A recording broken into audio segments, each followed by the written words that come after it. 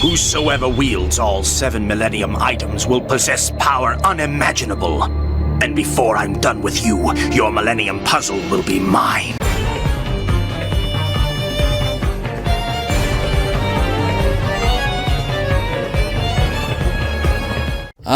Been a while since we talked about a Yu-Gi-Oh event on the channel. Like, when was the last time? Damn, it's been since January? Better fix that. And what better character to talk about but one of the originals? We've talked about Pegasus. We've talked about Kaiba. So how about we talk about another one of the villains of the original manga and anime of Yu-Gi-Oh? No, not you. Not yet anyway. Go away. Now, we'll talk about one of the other older villains in the entire series. The Thief, the Bandit King, the Stealer of Souls, Bakura. Spoilers for the series of Yu-Gi-Oh, my friends. Enjoy. Long ago, when the pyramids were still young, Egyptian kings played games of great and terrible power. Games of fate, games of judgment, games of magic. But these shadow games twisted the souls of those with weak wills and black hearts, so the power was sealed away. Originally just a resident of the village of Kualena, which I don't know if I'm pronouncing correctly, so, Bakura was the only survivor after a dark spell that required the sacrifice of 99 humans to create the powerful artifacts known as the Millennium Items. Being a child at the time, Bakura watched in horror as his family and friends were killed, their remains forged to create these powerful magical charms that were ordered to be created by the pharaoh himself, the father of Atem, Yami Yugi. That amount of hatred that welled up within Bakura allowed him to acquire a powerful spirit known as Diabound, and with it, he planned his revenge on those that slaughtered his village, hoping to take the Millennium items that were made out of his friends and family back. And that's basically all I'm getting into for this portion of his past, since funnily enough, we don't learn this until the very end of Yu-Gi-Oh! Mainly because eventually, Bandit King Bakura's soul was sealed in the Millennium Ring with his memories of his past being lost. It wouldn't be until the father of a Japanese teenager who has some reason a British accent received that. Huh?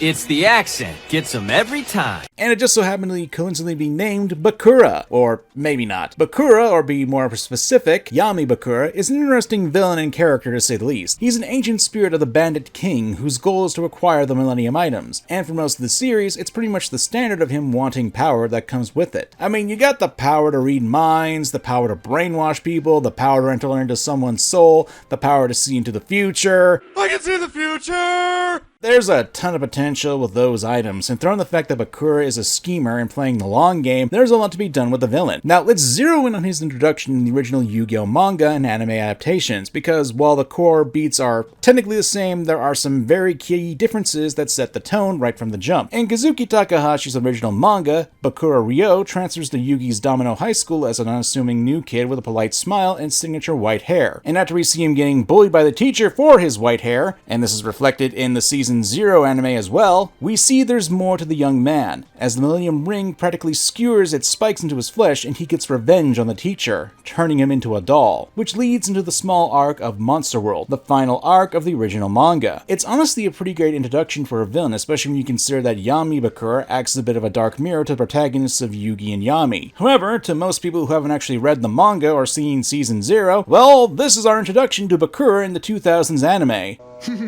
In another few hours, the sun will rise. That's not funny, Tristan. Get down. Look. Isn't that Bakura? Bakura? You mean Bakura from school? Yep, that's his introduction, and then he just disappears for a few episodes, appearing here and there. It's honestly a little weaker of an introduction, because especially considering the anime adaptation of Yugioh has a nasty bit of a habit of changing things, and unfortunately expects the audience just to go along with it too. That's kind of the problem with Bakura here.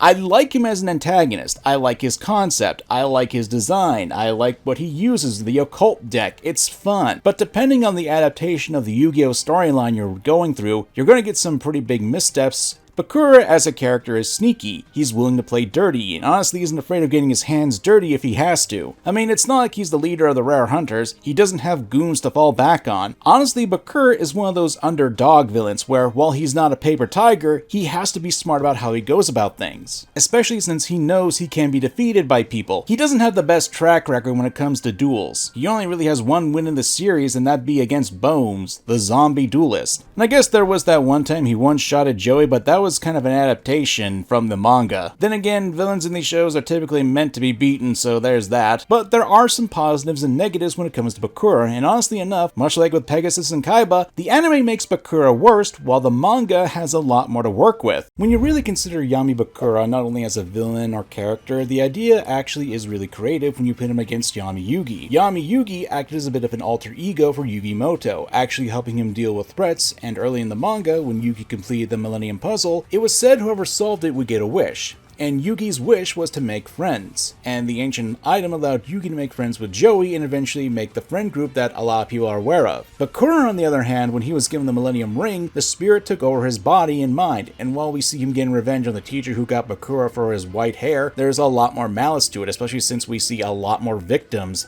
that he has in the past. Now, I must remind you, this is what Yami Yugi looked like in his debut. Yami Yugi initially came off as a dark spirit, and when we see Yami Bakura in the manga, he also inflicts penalty games on the people, something that Yami Yugi has done numerous times in the story. Within the manga, after managing to basically trap pretty much everyone in the cast of the RPG world, Monster World, Yami Bakura pretty much won. It was mostly because of two elements that he couldn't have predicted, the first being that the Millennium Puzzle hosted a spirit of its own. The second was that his host was able to gain a small part of control of his body back, even going so far as to help the protagonist cheat in the game to fight back properly. And after this whole situation, Bakura came to the realization he couldn't win in an upfront confrontation. And that's something that's interesting with a villain, realizing his limitations. Having a villain who doesn't really care about open confrontation with the hero and would rather opt for longer term investments is something we don't really see that much. It's often saved for villains that are twist characters or keep themselves completely hidden until the right moment. Basically, man behind the curtain-esque. Getting back to the twisted version of Yami Yugi, consider the following. They're both spirits of a Millennium item, and they're effectively the only ones. Both of the spirits lack their memories, with Yami Bakura having a single one that tells him that if he gets his hands on all the Millennium items, he will remember everything. It's essentially putting both the protagonist and antagonist with the same end goal, but being on opposite sides of things along with their motivations. And if we look towards their pasts, with Yami Yugi being a pharaoh, being royalty, you've got the contrast of Yami Bakura being a bandit king, someone who was supposedly supposed to die when the Millennium items were forged. These are two opposites to various degrees. Unfortunately, when we get to the updated anime, the RPG introduction to Bakura, let alone everyone else, was changed to fit in line with the card game. Grant, I can see some reason for why they would want to adapt Bakura a bit from the manga. Ow! But just because I understand the change, that doesn't mean I think it's a good one. I'll get more into this for the next section, but Bakura as a villain, we look at his actions, we see that he'll take advantage of situations to get closer to his goals, keeping to the shadows as best he can. The bigger takeaway for the positive side of things is that Bakura takes advantage of Pegasus being weakened with his duel against Yugi, challenging the master of the card game to a match and effectively taking the Millennium Eye, which depending on which version you're experiencing, well, Bakura kills Pegasus, which is a very gruesome way of doing the deed, and considering that we spent most of the time of Duelist Kingdom establishing Pegasus as a very powerful character, it speaks to Bakura's intelligence on when to take action against him to get the Millennium Eye. Though I don't think you should be looking at Bakura, that is so unsanitary. The next time we'd see Bakura taking action would be the Dungeon Dice Monsters arc. Well, the manga version at least. Look, I like Dungeon Dice Monsters. I've made a video about it, and I've been doing my best to increase my collection to play with other people. But I have issues with the adaptation for that arc, but this isn't the video for that. During this arc, Yugi's Millennium Puzzle was being taken away by a third party, and it forces Bakura to act, especially since the item contains fragments of memories that are destined to be united. And this is the unsettling part where Yami Bakura is here to help Yugi? I mean, we as the audience know that's not true. He's only helping Yugi to help himself, which unfortunately establishes some sort of trust between the two. Even if it's just the presence and telling Ryuji, aka Duke Devlin, that he can't complete the Millennium Puzzle, it gave Yami Bakura a chance to infect the piece of the Millennium Puzzle so he could spy on the Pharaoh. Then in the Battle City arc, Bakura decides to take advantage of Merrick, using him in an attempt to get the Millennium Rod. He serves as more of a secondary antagonist of the arc, somewhat acting as though he is under Merrick's control control, and while Bakura is still sticking to his goals, he's showing that he's willing to use anyone if it helps him. Though it took him about 5 minutes to agree to work with Merrick. Literally, the manga says 5 minutes. Of course, Bakura agrees to work with Merrick by licking his knife. Well, I guess that's a yes. Lots of licking for Bakura for some reason, I never realized that. And finally, with the last arc of the series, the Millennium World, we actually get this. The thing about the manga version of Bakura, he was pretending to be somewhat reformed after the Monster World arc, aiming to help Yugi and friends during the Dungeon Dice and Duelist Kingdom arcs, but obviously not Battle City, like, not intentionally. But then we learn the truth. When we get to the end of the Monster World RPG arc, Yami Bakura used a monster known as Dark Master Zork,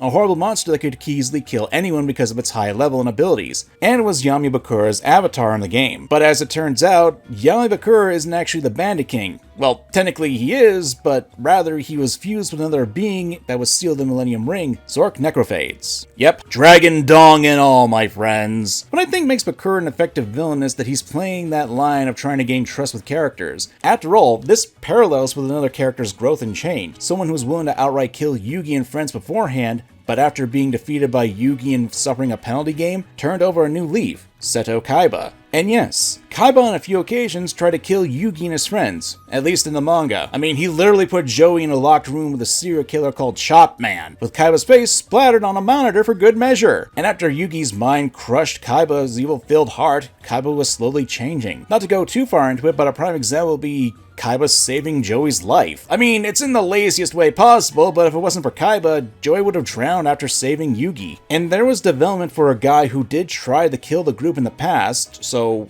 why can't Bakura change? It's a parallel that's used in the manga story, and it brings up the idea that maybe Yami Bakura has changed. Granted, we as the audience know he killed Pegasus, but the characters didn't know that at the time. What makes Bakura a good villain was the long game and him playing to the protagonist's weakness of believing that people can change, which is something that the manga kinda makes a point out of. Joey Wheeler changed. Seto Kaiba changed. Duke Devlin changed, so why not Bakura? It plays into the trusting nature of the themes. And much like how I said with Vector, who essentially is the Zexo version of Bakura, it's something that really comes up and paints a lesson about trust and how people can take advantage of that trust of wanting to become better. Of course, that's the manga version. The anime version, on the other hand...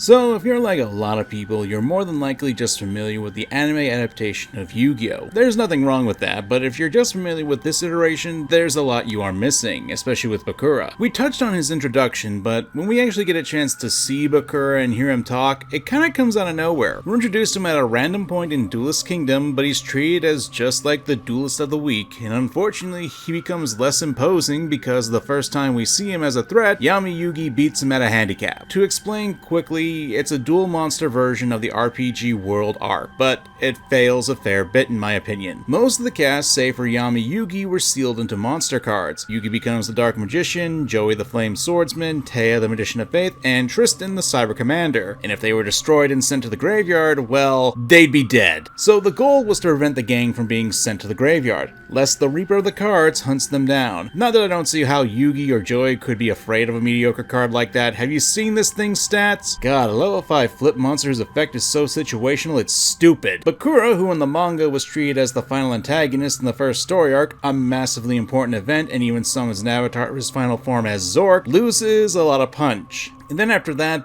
Bakura does nothing, at least until the anime exclusive scene happens where Tristan takes away the Millennium Ring and tosses it into the forest. So not only we have Tristan, a regular teenage guy, kicking in our antagonist's ass, but this scene ultimately doesn't matter since Bakura gets the ring back almost immediately. I brought up the Dungeon Dice Monsters arc, and that gets adapted a little bit in the anime, but it's mixed with the introduction of Merrick, and it lacks the point that Yami Bakura is the one to help Yugi, setting up the seeds of deception, and that's just gone. Him just transferring his soul into a piece of the Millennium Puzzle after the duel against Bandit Keith. And after his loss to Yugi and Yami Merrick, well, Bakura just disappears. Yeah, filler happened a few times. The Cyberworld arc, and after Battle City we had Waking the Dragons, or aka the Doma arc. Then we had that Terminate arc. Yami Bakura is completely absent through almost all of this, which is kind of stupid, especially for the Waking of the Dragons arc. That arc almost had the Pharaoh's soul stolen, which was key to Bakura to revive Zork. I think you get the point. It's a lack of utilization for the character. For Duelist Kingdom, there should have been some sort of effort of making Bakura to be a more defined threat. Maybe have a scene where a group of cocky duelists come across Bakura before he comes to the group,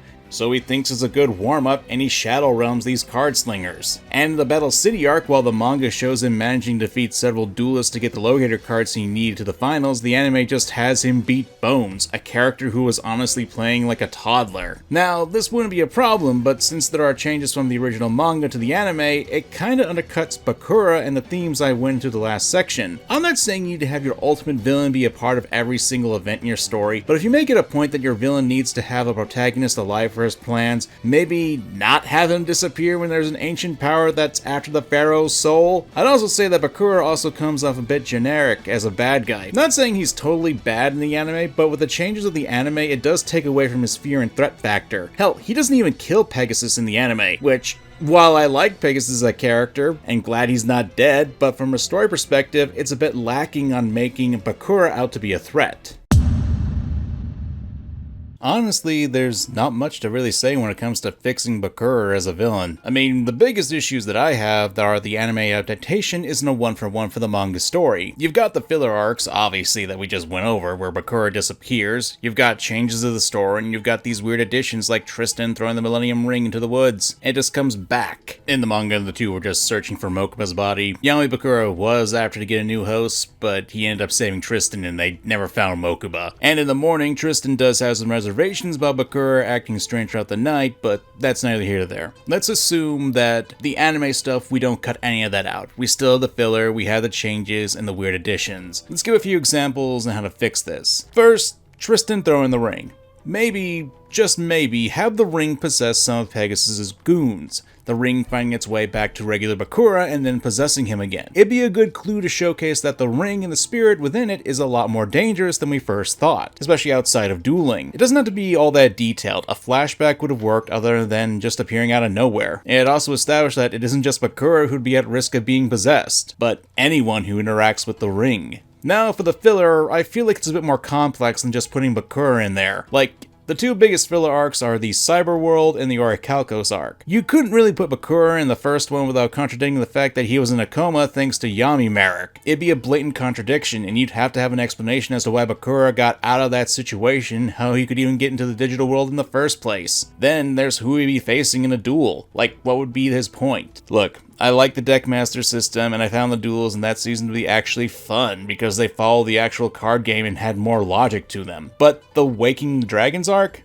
Bakura ain't in a coma for that one. And with the fact that the bad guys in that one are literally after the god cards and the Pharaoh's soul, it's kinda odd that Bakura wasn't active in that. These upstarts from Atlantis are trying to stop your plan, Yami Bakura. Are you seriously gonna take that from this guy? Darts? If anything, this could have been a great chance to have Yami Bakura showcase that he was a threat. I'm not saying he should have taken down Darts, but having him defeating a grunt of the Orichalcos, giving him another win under his belt when he's toying with the duelist, so that way we can see that he's learned from his losses and is a genuine threat, that would have been a much better choice. Like, the easiest solution for this, though, would actually include Bakura and at the very least make him out to be more of a threat in that regard. The original manga obviously didn't have this filler stuff in it, and it certainly didn't cut the beginning introduction of Bakura. That at least established him as a threat. I've also read that some people believe that the manga took a hard turn to the card game, that it affected the course of the story, which, understandable to a degree, because the card game kinda took off a lot more than that, and Kazuki Takahashi wasn't expecting that. I don't really have all the answers. Perhaps if the duel between Yami Yugi and Yami Bakura was more RPG based in Duelist Kingdom, where the characters were actually playing roles of the monsters in a more fleshed out world, it could have been better, and at least have some sort of connection to the original manga, but it's hard for me to say. And as a story that's decades old at this point, I don't know if that would be a lot cleaner to fix than what we have now, other than just having a more direct adaptation of both the original Yu-Gi-Oh! And then transitioning into the Duelist Kingdom arc.